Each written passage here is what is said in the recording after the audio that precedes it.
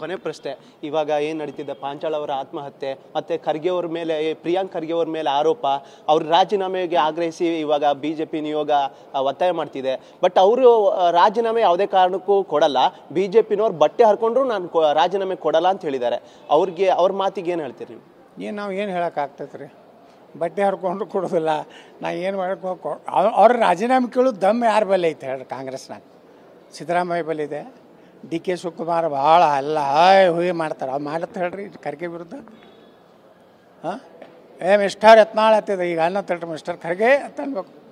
ನಮ್ದು ಅದೇ ಈಶ್ವರಪ್ಪನವ್ರದ್ದು ಅದಾಗ ಬೆಳಗಾವಿ ಹೋಗಿ ಇದು ಮಾಡಿ ಆ ಕೊಲೆ ಸಂಚು ಇವರೇ ಮಾಡಿಸ್ಯಾರ, ಕಾಂಟ್ರಾಕ್ಟರ್ ಕಮಿಷನ್ ತಿಂದಾರ ಅಂತ ಹೇಳಿ ಮಾಡಿದಾರಲ್ಲ. ಈಗ ಅವ್ರದ್ದು ಮೃತ್ಯು ಇದು ಐತಲ್ಲ, ಏನು ಯಾಕೆ ಅವರು ಆತ್ಮಹತ್ಯೆ ಮಾಡ್ಕೊಂಡ್ರು ಅಂತೇಳಿ ಅದನ್ನು ಆಧರಿಸಿ ನೈತಿಕತೆ ಇತ್ತಿದ್ರೊಳಗೆ ನಾವು ಕೊಡೋದೇ ಇಲ್ಲ ಅನ್ನೋರಿಗೆ ಏನು ಮಾಡ್ಲಿಕ್ಕಾಗ್ತದೆ? ನೈತಿಕತೆ ಪ್ರಶ್ನೆ ಅನೇಕ ಸಲ ಮೌಲ್ಯಾಧಾರಿತ ರಾಜಕಾರಣ ನೈತಿಕತೆ ಬಂದಾಗ ರಾಜೀನಾಮೆ ಕೊಟ್ಟು ಉದಾಹರಣೆ ಇದೆ. ಹಂಗೆ ನಡ್ಕೋಬೇಕಂತೇಳಿ ನಾವು ಅಟ್ಟೆ ಹೇಳ್ತೀವಿ. ಕೊನೆ ಪ್ರಶ್ನೆ, ಇವಾಗ ಏನು ನಡೀತಿದೆ ಪಾಂಚಾಳ್ ಅವರ ಆತ್ಮಹತ್ಯೆ ಮತ್ತೆ ಖರ್ಗೆ ಅವ್ರ ಮೇಲೆ, ಪ್ರಿಯಾಂಕ್ ಖರ್ಗೆ ಅವ್ರ ಮೇಲೆ ಆರೋಪ, ಅವ್ರ ರಾಜೀನಾಮೆಗೆ ಆಗ್ರಹಿಸಿ ಇವಾಗ ಬಿಜೆಪಿ ನಿಯೋಗ ಒತ್ತಾಯ ಮಾಡ್ತಿದೆ. ಬಟ್ ಅವರು ರಾಜೀನಾಮೆ ಯಾವುದೇ ಕಾರಣಕ್ಕೂ ಕೊಡಲ್ಲ, ಬಿಜೆಪಿನವ್ರು ಬಟ್ಟೆ ಹರ್ಕೊಂಡ್ರು ನಾನು ರಾಜೀನಾಮೆ ಕೊಡಲ್ಲ ಅಂತ ಹೇಳಿದ್ದಾರೆ. ಅವ್ರ ಮಾತಿಗೆ ಏನು ಹೇಳ್ತೀರಿ ನೀವು?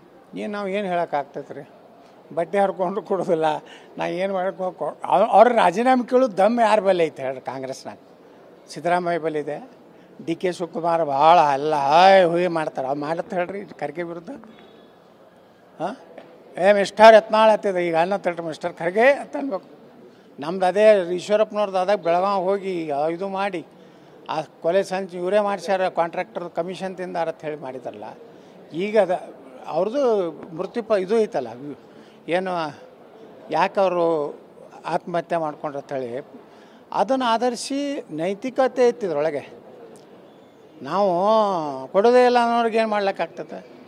ನೈತಿಕತೆ ಪ್ರಶ್ನೆ ಅನೇಕ ಸಲ ಮೌಲ್ಯಾಧಾರಿತ ರಾಜಕಾರಣ ನೈತಿಕತೆ ಬಂದಾಗ ರಾಜೀನಾಮೆ ಕೊಟ್ಟು ಉದಾಹರಣೆ ಇದೆ. ಹಂಗೆ ನಡ್ಕೋಬೇಕಂತೇಳಿ ನಾವು ಅಟ್ಟೆ ಹೇಳ್ತೀವಿ.